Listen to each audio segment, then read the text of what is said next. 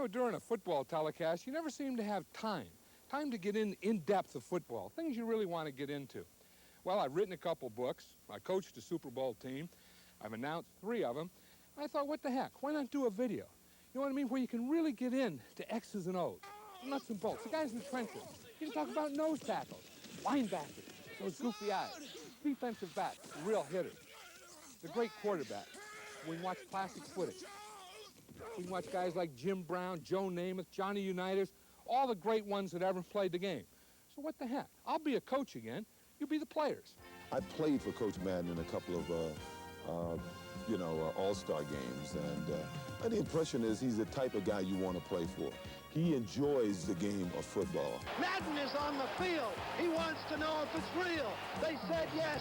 Get your big butt out of here. He does. He was so irate at one of the officials that we had to calm him down. I think he yelled so loud that he tore some cartilage in his ribs. Really, what you see on television right now is the way John Madden was. It's the way I remember John Madden. Madden is just enraged on the Raiders sideline. He analyzes football, but he loves to analyze people. He can't figure me out yet.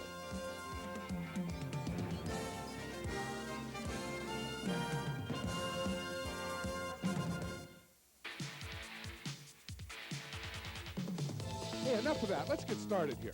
You know what I like about football? The excitement of it, the unknown. You never know what's going to happen, who's going to win. What kind of play is it going to be? Is it going to be the great pass by the quarterback? Is it going to be the great run that wins it? Is it going to be the great defensive play? Boom, the big hit. Or maybe it's going to be a kicker. But before we do that, let's freshen up in the basics. Let's go down into the locker room. We'll talk at the chalkboard. Let's start off with formations. You know, we always talk about the strong side and the weak side. Okay, now you always have a center. Then you have a guard on either side of the center, right guard, left guard, then a tackle on either side of the guards. So these guys, that's your offensive line, and they always stay the same. Now the tight end can go right or left. And if he goes to the right side, then that's strong right. If he were over on the left side, then that would be a strong left formation. Now how about defenses? Basically, every defense is either a 4-man line with 3 linebackers or a 3-man line with 4 linebackers. Now here we have the 3-man line. So you have a nose tackle here, and you have 2 defensive ends, right and left. They're the 3-man line of the 3-4. Then, of course, you have the 4 linebackers. Now this linebacker, because he's on the weak side or open side, he would be the weak side linebacker. This linebacker, because he's on the tight end, and that means the strong side, he'd be the strong side linebacker. These 2 guys are the inside linebackers. So that's the 3-4, strong right. Now let's go to the secondary. The 2 guys on the outside are called the corners. And basically they cover the outside receivers, or they zone the outside areas. Now the 2 inside guys are the safeties. Now since this is a strong side, because the tight end is here, this defensive back on this side is called the strong safety. The defensive back on the other side is called the weak safety or the free safety. Now, you know, we always talk about the nickel defense, the dime defense, the quarter defense. What that means, instead of having 4 defensive back, a nickel is 5, a dime is 6, and of course, if you went 7 defensive backs, that would be a quarter. Now, how do you do that? You take out 1 linebacker. If you take out an inside linebacker, you add a 5th defensive back, and that's a nickel back. You take out both inside linebackers, then you would have a 6th defensive back. Now, the way you get to a quarter or 7th defensive back is you take out an outside linebacker. So you take out the strong side linebacker, then you can add the 7th defensive back or the quarter defense. Now let's look at a mistake that most people make when watching a football game. They always watch the ball. And watch what a quarterback will do in that situation. Okay, right now, where's the ball? We don't know. The quarterback doesn't want you to know. You see what he did? He faked the run and threw the pass for the touchdown. In fact, that's what a good offense wants to do, or a good quarterback. They want to show you something, make you think they're going that way, and then boom, they go back that way. In fact, the real good quarterbacks, the great quarterbacks, are almost magicians. Bart Starr was a great ball handler. Watch the fake here. He gets the free safety up here thinking it's run. What does he do? He fakes the run, and look, there's no one in the middle of the field for the defense. There's not always pass. Frankie Albert, the old 49er quarterback, he makes a fake here. He makes this guy think it's run to the right. Boom, he fakes it, and he runs around the defensive end. And, of course, Joe Montana. Watch this fake. He holds these two inside linebackers so the tight end can get by him and wide open. That's a big part of the 49er offense, and Joe Montana makes it work.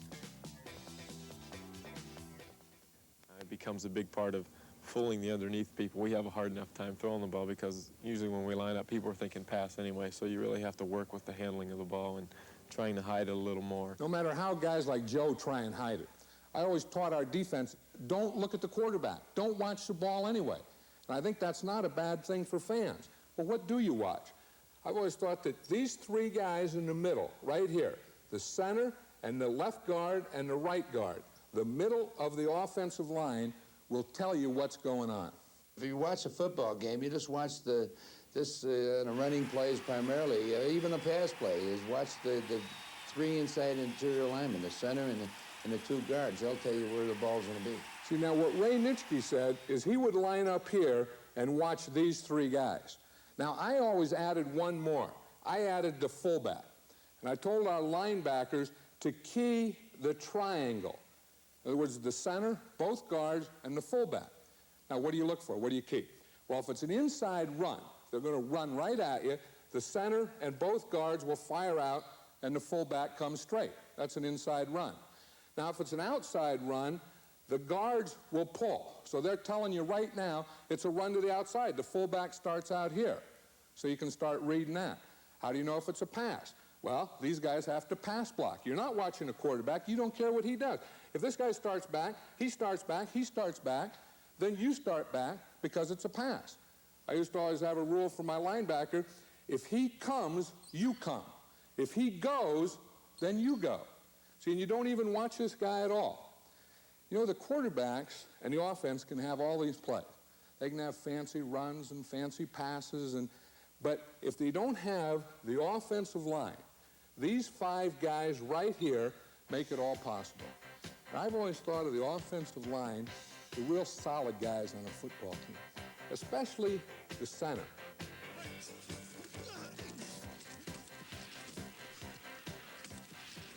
Well, every football player has to be dedicated to what he's doing, and in most cases, I feel that centers are the most dedicated player on the field. They, in all history, if you look around, they play longer than anybody else, and the old saying was, well, they never had anybody directly over their nose. Well, we do, and we in the American Conference always had someone directly over the center's nose just about every single play. Jim Otto had a lot of nose tackles. Today with the 3-4, that's about all they see. Watch Mike Webster here. The biggest thing for the center is to be able to snap the ball and then get your hands up on that guy. Watch here, to be able to cut him off on the run, to be able to pass protect with and without help, but getting those hands up there. Watch the center here. He has to beat the nose tackle with his hands. See right there, boom. He had his hands up there before the nose tackle. That way, he has a chance.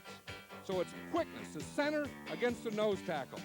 Well, I'm not going to get blasted. I wouldn't allow that. You know, I mean, I grew up against the best, and when I went into that game, I wasn't going to get blasted by anybody. Sure, I took my knocks. I had my nose broken many times, or I had teeth chipped, a lot of stitches in my face and stuff like that, but that was part of the game.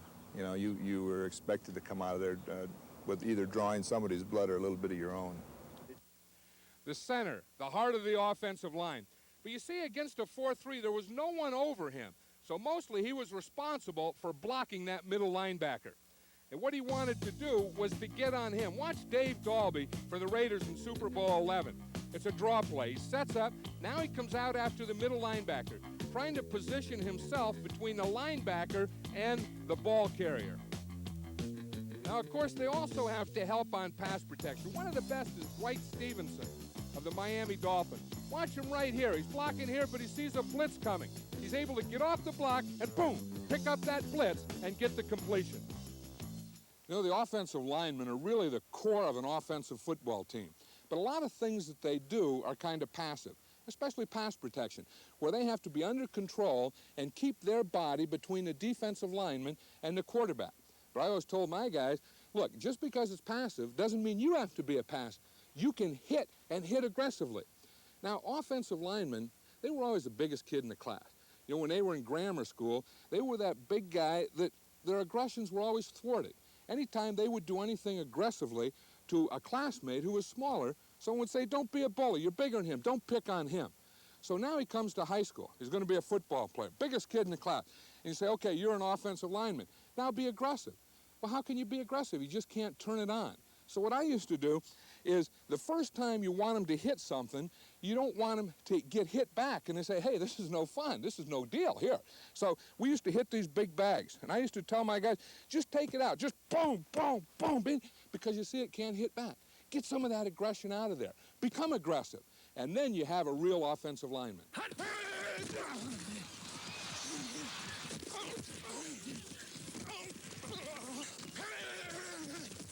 You want someone that has what we call, or what John used to call, controlled anger.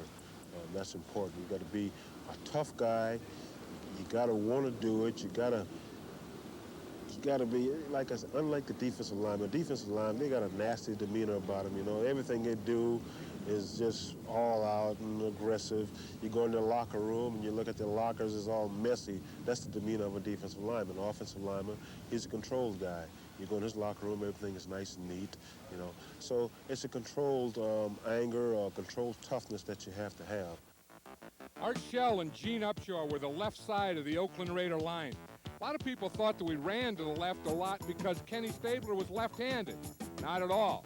The reason was because Art Shell and Gene Upshaw were such good blockers.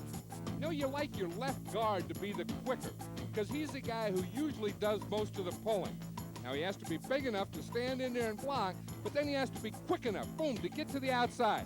Remember Fuzzy Thurston and Jerry Kramer of the Green Bay Packers under Vince Lombardi. They also have to be able to run a trap to the inside. What's a trap? That's when you let a defensive lineman go, then you bring the guard from the other side to kick him out, boom, just as the ball carrier gets there. Then the draw play, it's a little finesse. Watch this. The linemen make it look like it's a pass. They get the defensive lineman to rush up the field, then the quarterback delays and hands to the running back on a draw. I'll tell you, pass protection is tough. It's a battle. All it is keeping that guy off the quarterback. But when you do it, you feel as good as a quarterback. Watch how important a left tackle is. He has to keep his inside foot up, the outside foot out, so that he can just ride the guy to the outside. I'll tell you, that left tackle is probably the most important position. One, because he blocks the toughest pass rusher, and two, he's protecting that quarterback's backside. Now you can see why they don't mind a holding penalty once in a while. Here comes the holding, all right? Or sack. Hold their Holding is something that it happens. I mean, it's the natural thing to do once you start losing someone is to grab on. If you fall off a cliff, what do? You grab on to something, the closest thing you can, in order to support yourself. When I played, the most important thing to me was my quarterback. I will take 10 yards if I feel I'm getting beat clean. I will take the 10 or 15-yard penalty because I don't want to see him laying up on a table. We can come back from 15 yards, but we can't come back from a guy being on the table getting a knife. Now we come to the backbone of the offense, the quarterback. You know, it used to be the quarterback was called the field general. He was a real leader of the team because he used to get in the huddle and he'd call the plays. And he could look up at his guys and he'd say, can you block that guy? Can you do this? Can you do this? Can you beat that guy? And they'd say, yeah, and then he'd call the play. I mean, that's what it was all about. But it's really not that way anymore. Now, this thing has come into football. Computer. The coaches work during the week, boom, boom, boom, they press. This is how you do it. I can see the day that there's going to be a computer on either sideline. It's going to be your computer against my computer. The quarterback comes over the sideline, boom. They push a button, stuff starts going like this. Just pull out, apply, off tackle to the right, I got it. I hope it doesn't come to that. I don't think it will. But now guys like Dan Marino can come in and be an instant success. You know, in his second year, Dan threw 48 touchdown passes. That's an NFL single-season record, and the Dolphins made it all the way to the Super Bowl. In the old days, it took years to groom your quarterback into a field general, a coach in the huddle like Bart Starr was, like Ken Stabler was. Great quarterbacks are great leaders. Someone once said being in a huddle with Johnny Unitas is like being in a huddle with God. I think the biggest thing is that you have to have mental toughness. You have to understand what you're doing there, and you have to have complete confidence in your ability, and confidence, more important, in the people in front of you. I think the great ones all led their teams. Different ways. You know, a lot of times we think of leadership as being verbal, and it's not necessarily verbal. Kenny Stabler, John's quarterback, was a great leader, and he was not a particularly verbal person. Lenny Dawson, I thought, was an excellent quarterback, but he was a very quiet quarterback. You go back and you hear some of the stories of the great Bobby Lane, how he used to yell and scream and grab his players by the throat because to pick them up and to make them better players. So everybody does it a little differently. But the bottom line is to get it done, and the bottom line is the players have to believe that what you're doing is real and not just fabricated. It just has to be in your personality, and so that when you step in the huddle, people know that you're confident because you're confident all the time. There's no question that Dan Fouts is in charge of the San Diego huddle. Let's listen in. All right, here we go. Split right open. Split right open. Bronco right, 844 Ricky on white. Ready? Red ball, red ball! Red ball! 11, that's okay. 11! 11! Set, go!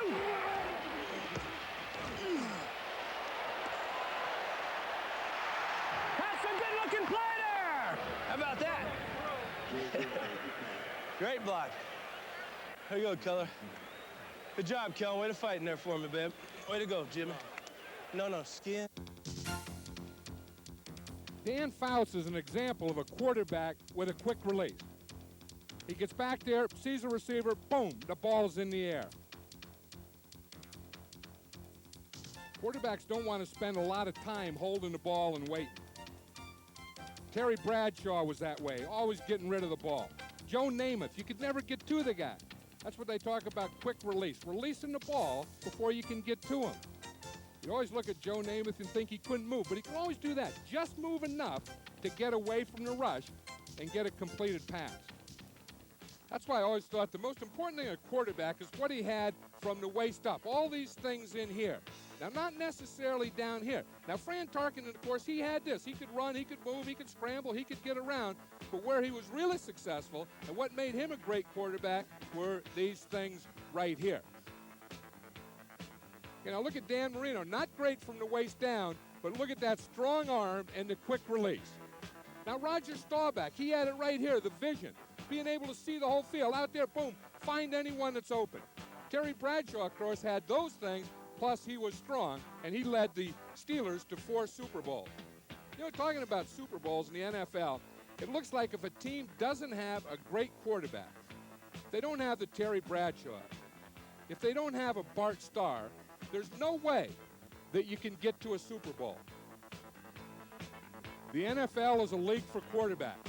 You look at the Super Bowls, it's like a Hall of Fame for the quarterbacks. Joe Namath, Lenny Dawson, Roger Staubach.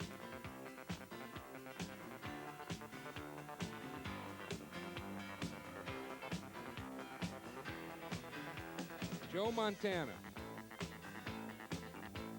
You know, you can have running backs, offensive line, defensive line, but if you don't have the great quarterback, you're not going to the Super Bowl.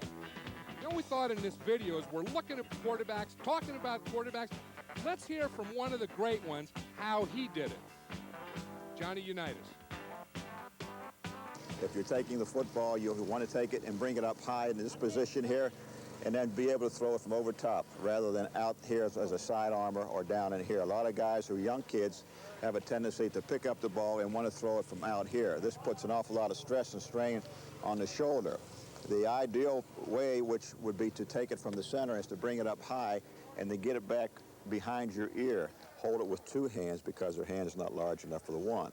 Therefore, taking the stress and strain off your shoulder, and when you throw, you step toward your target and then in a follow-through motion. You also want those shoulders open. Watch Joe Montana's left arm, how that opens here to give him vision of the whole field. When you're releasing the ball, you're taking your left shoulder for right-handers through and throwing the ball, so that you usually end up pretty square. And you have to get your shoulder out of the way to get your throwing arm there. It's kind of tough to throw back across your body. You don't get anything on it. And, you know, especially for me, I'm not an arm thrower like some of the bigger guys like Dan Marino is, or he can get away with just his arm. I need all the body I can get. If you have the left shoulder closed, it also cuts off part of the field. See the closed left shoulder? No way he can see back this way. The defense knows that, and they get an interception. You know, they talk about quarterback reads, looking at the defense. You know, the quarterback only has 3 to 5 seconds. So whatever he does, he has to do it quickly. I always thought they should just see everything, find the open guy, boom, and hit him. But there are pre-snap reads. There are things you can do to help your quarterback. One is motion. For example, if you put this guy in motion, if this safety runs with him, you know it's man-to-man defense. If you put him in motion and he comes off, it's a zone. Now watch here. See, he sees the motion. The safety doesn't run over with him. He knows it's zone, so he just hits the underneath receiver. You know, a quarterback would love it if the picture would look like this to him. But he does get that help. Throughout this video, we'll try and take you to places you've never been and show you things you've never seen. And this is one of them. This is the press box where the assistant coaches sit during the game. Now, when they're up here, they can see the whole field. They can see the defenses and what they're trying to do. They can see the offenses and how they're trying to attack their defenses. So when a quarterback comes over and picks up the phone, now you know who he's talking to. He's talking to the coach who's up here. And he sees things, they say, look, the last time we were in 3rd and short, they did this. The next time, we're going to think of doing this. Then the quarterback remembers. So that's one way they help. The other way they help the quarterback is with these. They take Polaroids. Then they can show them what the defense is doing. The offense is on the right, defense on the left. They show the quarterback. This is what they did on 2nd and 7. Now, 3rd down, what'd they do? The last time we were in 3rd down, this is what they did. And they sit up there and they do these things, you know, and you'll get down and say, well, 3 out of 4 times now, every time you come up with a 3rd and 4 or under, they got a blitz. And if they can get that information to me prior to going into the ball game or during the ball game, when I come up with that kind of a situation, a 3rd and 4, 3rd and 5, somewhere in that area, I'm going to call a play that's going to kill them. All quarterbacks love that, a play that'll kill them. I'll tell you another thing about quarterbacks. They have to be fearless guys. They have to stand in there, and they can't worry about things. They have to have fun. The game has to be fun. They have to put everything they have into it. Let the coaches worry. Okay, let's get on to the running backs.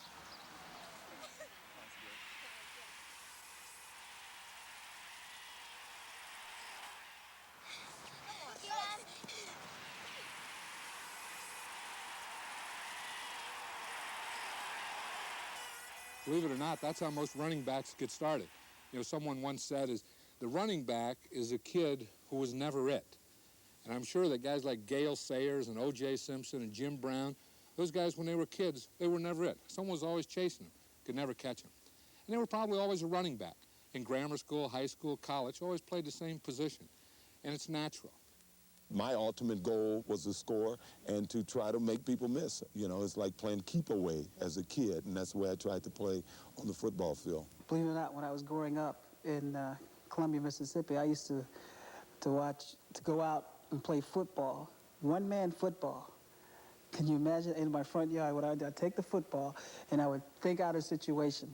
It's 3rd down, we got to go for so many yards and so many seconds in the game. What I would do is I'd take the ball in one hand and I would throw it, and then I would have to run and catch it. And then normally I'd end up diving for it, I'd jumping over bushes or whatever.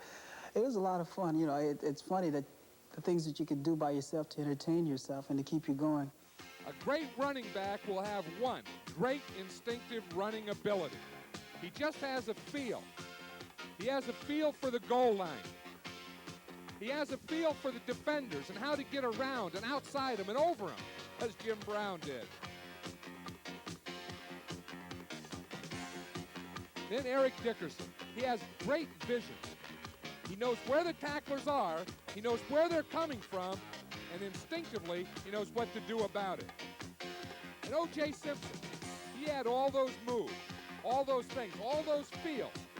just knew where the end zone was. And like Tony Dorsett, they never seemed to take a hard hit. When I was out on the football field, it wasn't to kind of prove any manhood or anything. I was out there to have a good time, and I had a good time, and I approached the game as a game, so I didn't feel that I had to knock a guy out or put my head down at the last minute and make him pay a price.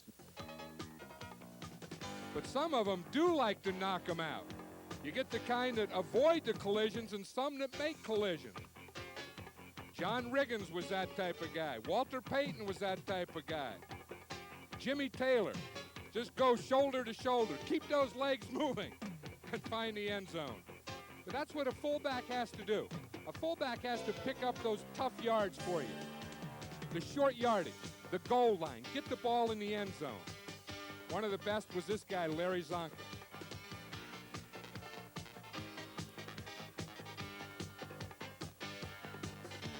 The halfback is a quick guy. The fullback is a power guy. You know, the second thing for a great all-around running back is to be able to block. Now, a lot of that is pride, just wanting to and being able to work on it, spend time doing it. You know, as you're watching a game at home, the way you can tell who the great running backs are and the great blockers is when they don't have to take the guy out. When you see a guy run, make a big play, then you see him come back, stay in the game, and block for the other guy. That's what Marcus Allen has. You don't take him out of the game. You don't take Walter Payton, William Andrews. You don't take those guys out of the game. The good ones like to do it. The great ones, like Walter Payton, they love to do it.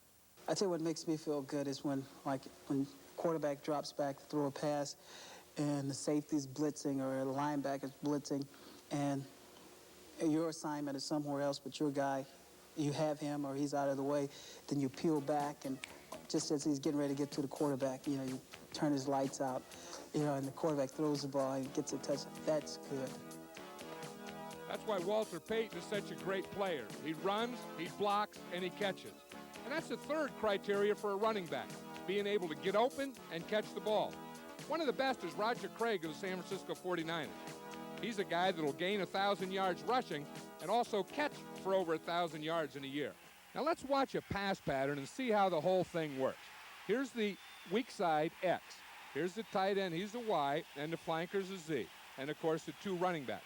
Now, because the running backs are 4.5 yards behind the line of scrimmage, they're going to run shorter pattern, shorter distance than the receivers that are on the line. But you hope that they all break open about the same time. Now let's watch a pattern as the quarterback sees it. Now he's ready to throw. This is what he sees. He sees his guys across the board here.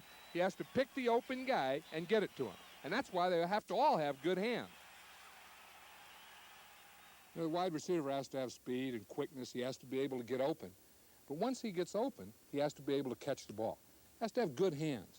Now, what are good hands? Good hands are the two hands working together, working as one. I know when I was coach of the Oakland Raiders, the way that I taught, the way that I developed those hands to work together is punching a speed bag. Now you say, why or what would a football player be doing punching a speed bag? Well, that's how you get both hands to work together, because the right hits at the left, the right, the left, the left, and then they get both hands. And then when the ball goes over there, boom, both hands are there. Ball goes this way, boom, both hands are there. They don't go as one, they go as two. It means really eye-hand coordination more than anything, and the ability to be able to know where the ball is going when it's thrown. I think that's what helped me more than anything else, was just I had a lot of speed, and the speed along with just the ability to know where the ball was going to come down really helped me. Lance Allworth played with the San Diego Chargers, then later the Dallas Cowboys. But he's one of the best that ever played the game. He was a home run hitter. So was Paul Warfield. That's what speed will do to you. You know, you got to play off him. You're always worried about that big one. Then if you're like the Steelers, you win 4 Super Bowls, you got 2 of them. You have Lynn Swann on one side. He'll make that acrobatic catch. Then on the other side, you have John Stallworth, who could really do it all. He would catch the short one, the medium, and go deep on you. And I'll tell you, that was tough for other teams. Who do you double? The other thing John Stallworth could do is he could catch the ball wherever it was thrown. He's going to tell us how he did it. The ball is low. You want to catch the ball down like this. Your thumbs pointed to the inside like this. Catch the ball and tuck it away. Gives you an excellent opportunity to put the ball here and to automatically just bring it into your body. Ball is high, hands up, thumbs pointed toward each other. Ball comes in, thumbs primarily taking away the momentum of the ball, and you watch it in, clasp around the ball to secure it, and you bring it in to tuck it away. Now, Fred Biletnikoff had those hands, but he didn't have the great speed, but he had those moves. You see what he would do? He would get the defender turn one way and then go back the other way. Raymond Berry was the same way. You make him think you're going one way, and then whap, you go the other way. Let's watch it on a pass pattern. Here we see the receiver has a release. He wants to get outside of this defensive back who has a man-to-man. So he comes outside, gives him the move here, and then the break. The move to hold him, and then the break to run away. Watch him. He'll come off the line. He knows he's going to go out, so he gets outside the receiver, holds him there, then boom, to the outside. One of the all-time greats was Don Maynard of the New York Jets. You know, he caught 633 passes, and he averaged almost 19 yards per catch. Now, those are home runs. Look at that long stride he had. I'll tell you, he could gobble up that ground. And another guy who was a combination of the speed and the moves is Charlie Joyner, San Diego Chargers. Hey, he always seems to come up with that clutch catch. You got to have an ability to, or a need to catch the ball. Some people find a way to just step in front of somebody, leap over somebody, crawl under somebody to catch the ball. You know, when I think of those kind of catches, I remember Dwight Clark's catch in the 1981 championship game against the Dallas Cowboys. Who could forget that one? Or how about this catch in Super Bowl 10? Lynn Swann. You know, they always talk about concentration. What is concentration? Right there. Or how about Otis Taylor being able to catch that ball up over his shoulder? Or a clutch catch, Warren Wells. 7 seconds to go against the New York Jets. Those are the wide receivers. Now we get to the tight ends. Kellen Winslow, of course, of the San Diego Chargers. He's a different guy. He lines up all over the place. But usually the tight end will line up here or here, right next to the tackle. And he's usually a big guy like John Mackey, who was strong to be a blocker, but also could get open and catch passes and then run over defenders. Mike Ditka, the Chicago Bear head coach, he was a tight end. The big, strong guy, the tough guy, who could also get deep. Now, Dave Casper of the Oakland Raiders was one of the best of all time. He could block as well as an offensive lineman, but could also catch that deep pass. Another one I had was Raymond Chester, an All-Pro. I'll tell you, they have to be special people to block and catch. The tight end plays left, right, depends on the formation. He blocks the linebacker, he blocks ends, he blocks combination blocks, double teams with the tackle. He blocks downfield. He runs possession patterns, he runs combination patterns. Runs combination patterns with the Z on the strong side, combination patterns with the X on the weak side, combinations with the fullback. So a tight end, I think, has to be a guy who is pretty aware of what the coach and what the team, overall team philosophy is offensively. You got to know pretty much what you're doing to play tight end. Of course, Raymond was a tight end, and here's where he would line up sometimes. But as he told you, X, Y, Z, all over the field, versatile, blocking, doing all those things. And if you can understand that, then you're ready to play in the NFL. Now, what happens on long yardage, third and long? We talk about situation substitution. We talk about 3 wide receivers, 4 wide receivers. Well, why not? If it's third and long, you know you're going to throw. They know you're going to throw. People in the stands know you're going to throw. So there's no reason to fool them anymore. So you may as well get in as many wide receivers as you can. So do you ever think of who comes out when that third wide receiver goes in? Well, usually the first guy they take out is the fullback, because he's usually, of all the receivers, he's the least of the receivers. So the fullback comes out, and a third wide receiver comes in. Now, you say, how do they get to the fourth wide receiver? Well, usually the tight end is bigger and not as quick as a wide receiver. So if you know you're going to throw, you don't need the blocker anymore, so then you don't need your tight end there. So that's how you get to your 4 wide receivers. Usually first you take out the fullback, Second, you take out the tight end, and then you got your 1, 2, 3, 4 wide receivers. And of course, they can line up anywhere. Now, what's the defense going to do? That's when they go to their 5, 6, 7 defensive backs, the nickel, dime, and quarter that we talked about. Okay, that's the offense. Quarterback, solid offensive line, good receivers, good catching, good blocking backs, all those things. But how about the guys that are trying to stop them? The defense.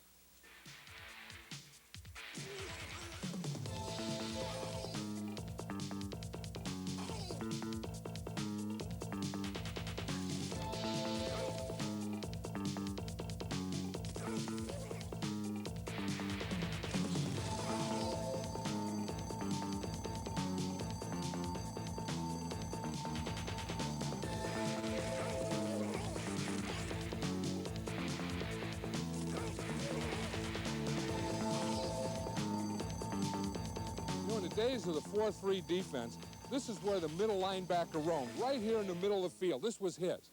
When you talk about guys like Dick Butkus, Ray Nitschke, Willie Lanier, Sam Huff, those guys were right here in the middle looking at everything, and that was theirs. No one was going to come in here.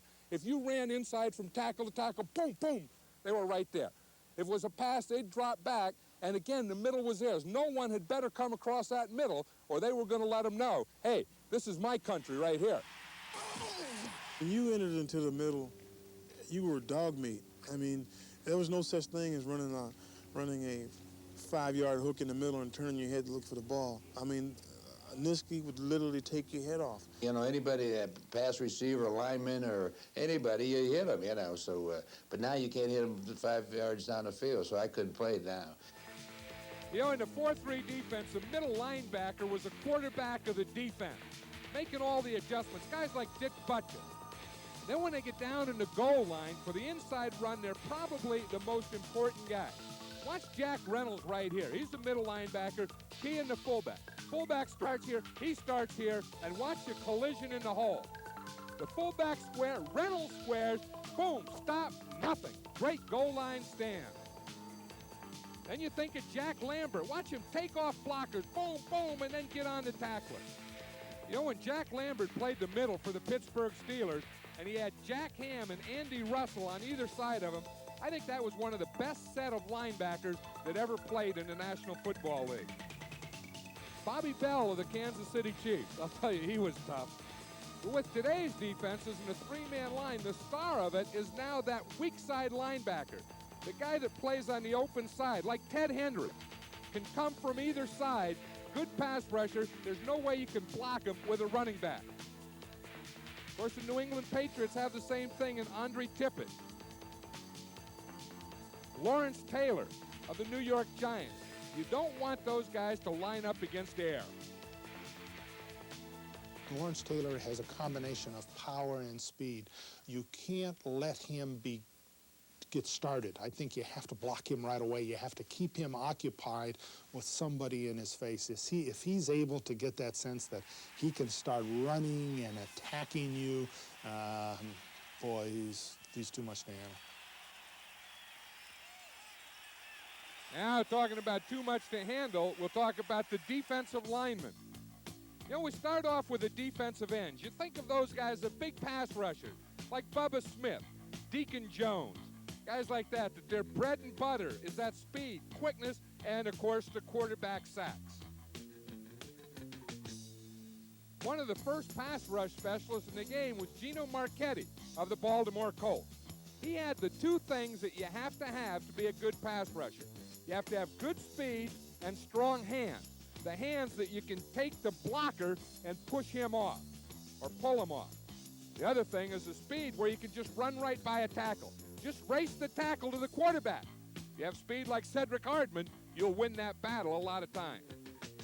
Now here's good hands. Watch this. You get your hands right here on the blocker. Now you have to be able to take that blocker and just pull or push him off and then get back in and make the tackle.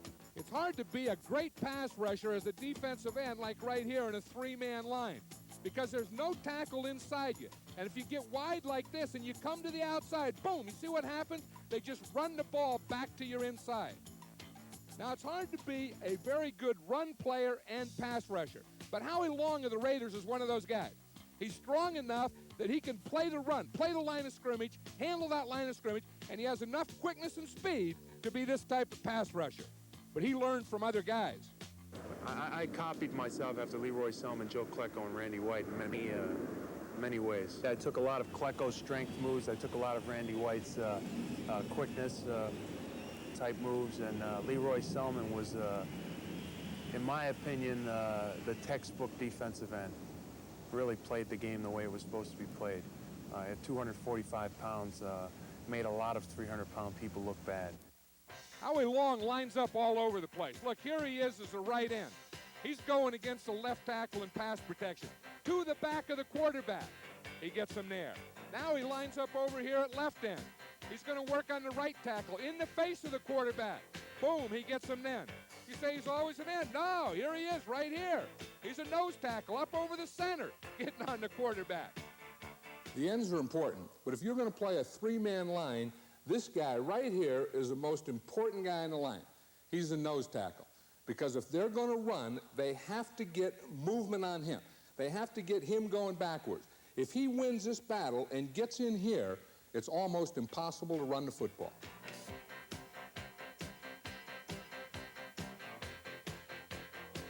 You know, a lot of times it's an underrated guy like Jim Burt, but they play a big part of a defense's success. I think maybe the best nose tackle that ever played was Curly Culp, who played for the Kansas City Chiefs and the Houston Oilers. He was born to be a nose tackle, just built like a nose tackle had to be. Not that tall, but very big, very strong, and very quick. You couldn't get him blocked when you wanted to pass, and when you ran, he was like another linebacker. The centers never did like those nose tackles. The centers never liked Curly Culp. Now that's in a 3-4, the nose tackle. Now when you go to a 4-3, you don't have a nose tackle. You have a middle linebacker over the center, and you have two defensive tackles. Now teams that played this successfully usually had one big, strong guy who would stay at home. In other words, he would play this area. He would take the middle, wouldn't leave that area much. He'd wait for the draw, for the screen, the quarterback scramble. Then you had one guy who would chase. He'd take off, boom, inside, boom, outside, right over, jump over. Do all that stuff. And this guy stays at home, boom, this guy's a runner. Now, of course, if you had two great athletes, two great chasers, well, maybe you'd have them both chase and not use a stay-at-home guy. To my way of thinking, teams would be better off if both tackles were active and moving. It seems to me that the more commotion that the interior defensive lineman can cause, the better off a defense will be, the better chance of the offensive play breaking down. The Minnesota Vikings had a great front four. They were nicknamed the Purple People Eaters. But the catalyst of that group was Alan Page. He was the guy who made things happen, boom, right now. That's what a defensive tackle did in the 4-3. Another one was Joe Green. You talk about a guy who was tough. They called him Mean Joe Green. He said he really wasn't, but watch him here. Boom, he just takes on guys, throws them down, grabs face mask, anything he can. He was tough to block. But so was this guy, Buck Buchanan. Those are the guys who would be all over the field, and it was tough to pass. And talking about passing, who has to take responsibility when they do get it away? That's those defensive backs, the last bastion of your team's defense.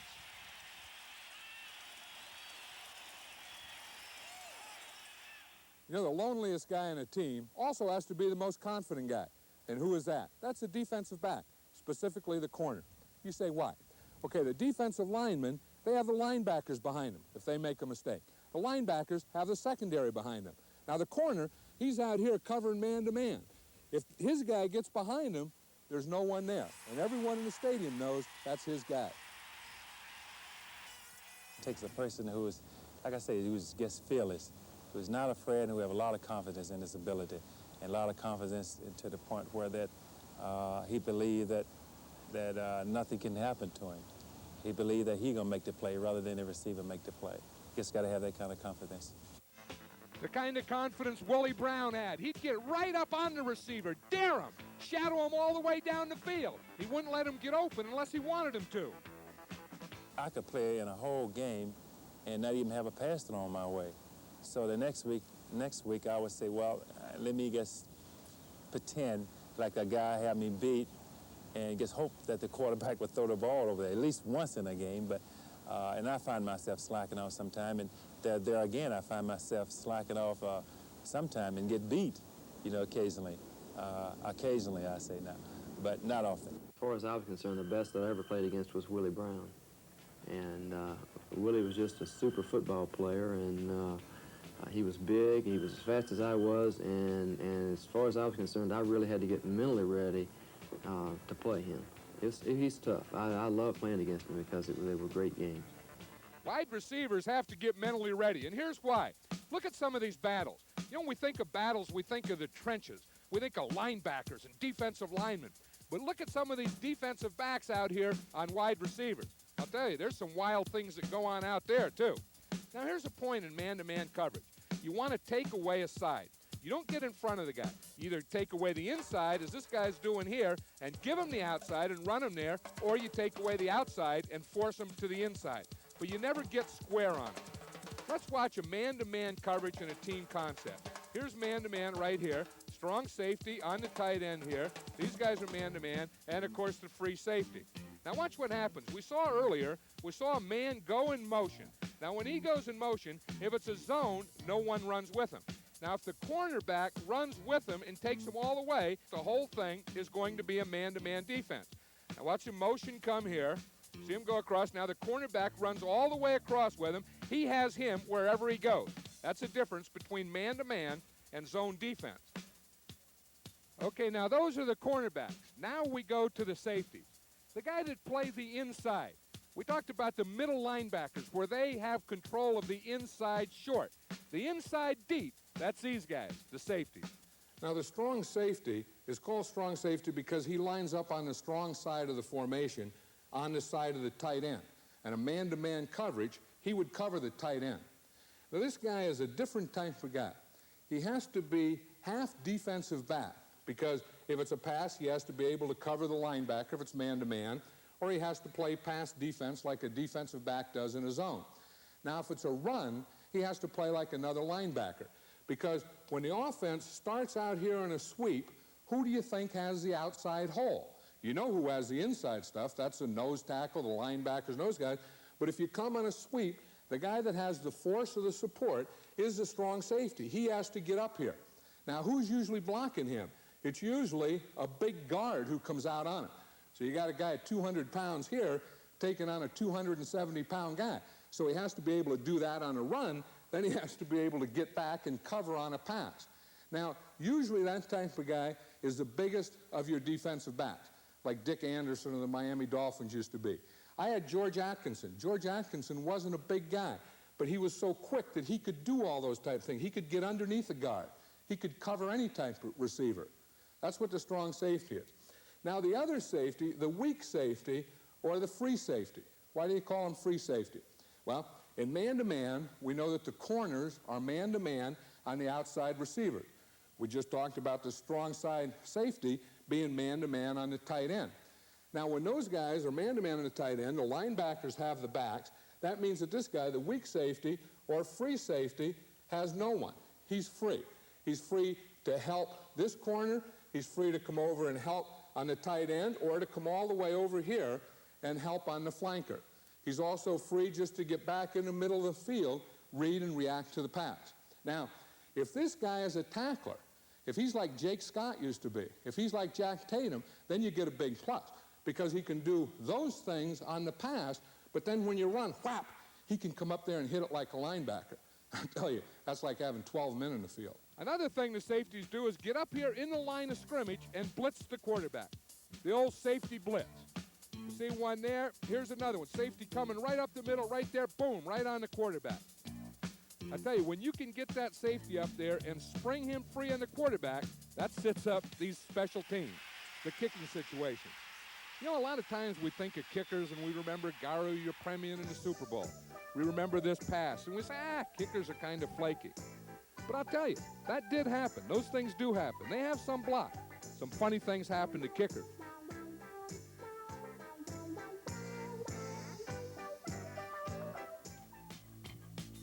some of them were great athletes, like Jan Stenerud. He was a skier before he ever started kicking a football in the NFL, and he won a lot of games for Hank Stram. Then there was Lou Groza. He was a starting tackle. He would block for Otto Graham, block, block, block, and then come in and get the big kick for the Browns. That was like my partner, Pat Summerall. Those guys were football players who also kicked. They did other things. And I had a great one for years, George Blanda.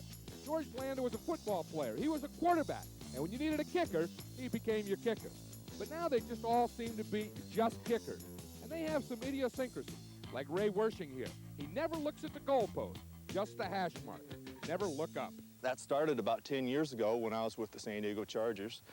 At that time, I didn't wear contacts and I didn't wear glasses. So when I'd look up, and I did, I'd see a couple of fuzzy poles. And I was going, well, this isn't doing me any good. So I just started focusing in on one spot on the grass where the holder would place the ball. And it just started from there. Joe Montana's the holder now. He does a great job. And what I do sometimes is kind of like pat him on the back just to relax me. And I take my steps back, one, and go back to my left. And here we go. Kicking is like a golf swing. Head down, follow through. Every time I see kickers, I think of Ralph Benershka when he was a rookie with the Raiders. You know, when you have a rookie kicker in training camp, you don't have any way to know if he can kick under pressure. So what you have to do is you have to create pressure situations for him. So what I used to do at the end of practice, I'd bring up the whole team to watch them kick. Put the ball 45 yards away. And I'd say, you kick it. If you make it, no wind sprints for the whole team. You all go in. If you miss, they do twice as many wind sprints. Now that's pressure. And now you got Matuzak and Otis Sistrunk and all these guys that you'd seen on television for years yelling at you that if you miss, you might as well start running the other way. It was a bit intimidating, but it was Coach Madden's way of preparing us for the kinds of pressures he felt we were going to be under. I made it, thank goodness. Yeah, he did make it. And he made a lot of others over the years for the San Diego Chargers. You know, the kickers stand around the whole game, and then they come in these clutch situations. How about this kick? Super Bowl V. Jim O'Brien is only a rookie for the Baltimore Colts. And it was only a 32-yard field goal, but it's a big part of Super Bowl history because that won the game and the Super Bowl for the Colts. As I said, the other guys, they play the whole game. They go bang, do this, in the cliff, running, passing, tackling, and then they lose on a kick. You know, the punter has to be a good athlete. Not only being able to kick the ball, but being able to field it, to catch it clean, keep it away from his body. Ray Guy is super at that. He was also super at this, getting the ball up in the air, called hang time, so that your defenders can get down under the kick and get a play like this. It's just like a sack. When you talk about a bonus, here's a real bonus. When you can punt the ball and come up with a fumble, because that will take everything out of the other team. Look how the defenders feel here. They had just stopped the other team, and now they have to go right back out in the field again. Billy White Shoes Johnson of the Houston Oilers was one of the all-time greats. Had very sure hands, would always catch the ball. Then after he caught the ball, he knew what to do with it. Watch how he uses his blockers here.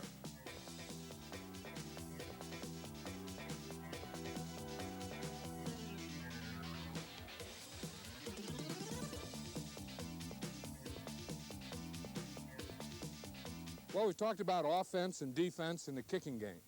But how about putting it all together? How do you play the game? Well, that's strategy. Now, most strategy is determined by where you are in the field. You see, you have certain plays for each part of the field. You can't do everything everywhere. So you have your game plan is determined by where you are. For example, you start out in this area coming off the goal line, from the goal line to the 5-yard line. That's called the get out of trouble area. You want to get the ball off the goal line past the 5-yard line, because if you have to punt, then your punter has the full 15 yards. Now, once you get the ball beyond the 5-yard line, now you work in this area between the 5 and the 20 just to get a first down. Still staying solid. You can't afford a turnover down here. Now, of course, once you get in the middle between the 20s, then you can open up. Then you can have your trick plays. You don't want to try the trick plays getting out of trouble or going in.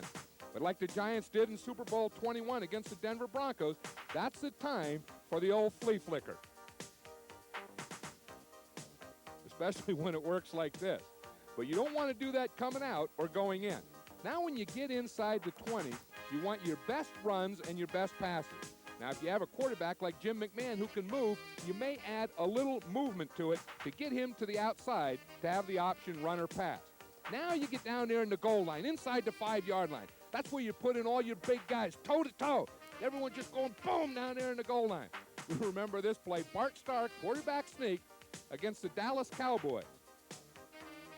But that's where you make the money. That's where you get the touchdowns. Who wins down in the goal line? Well, that's a strategy. That's what the coaches do. We've talked about offense, defense, the kicking game. We've heard from some great players. We've seen some great players. We've showed you some things that you've never seen before or heard before. And we could go on and on like this for hours. But what the heck? I'll save that for my next video. But thanks for watching.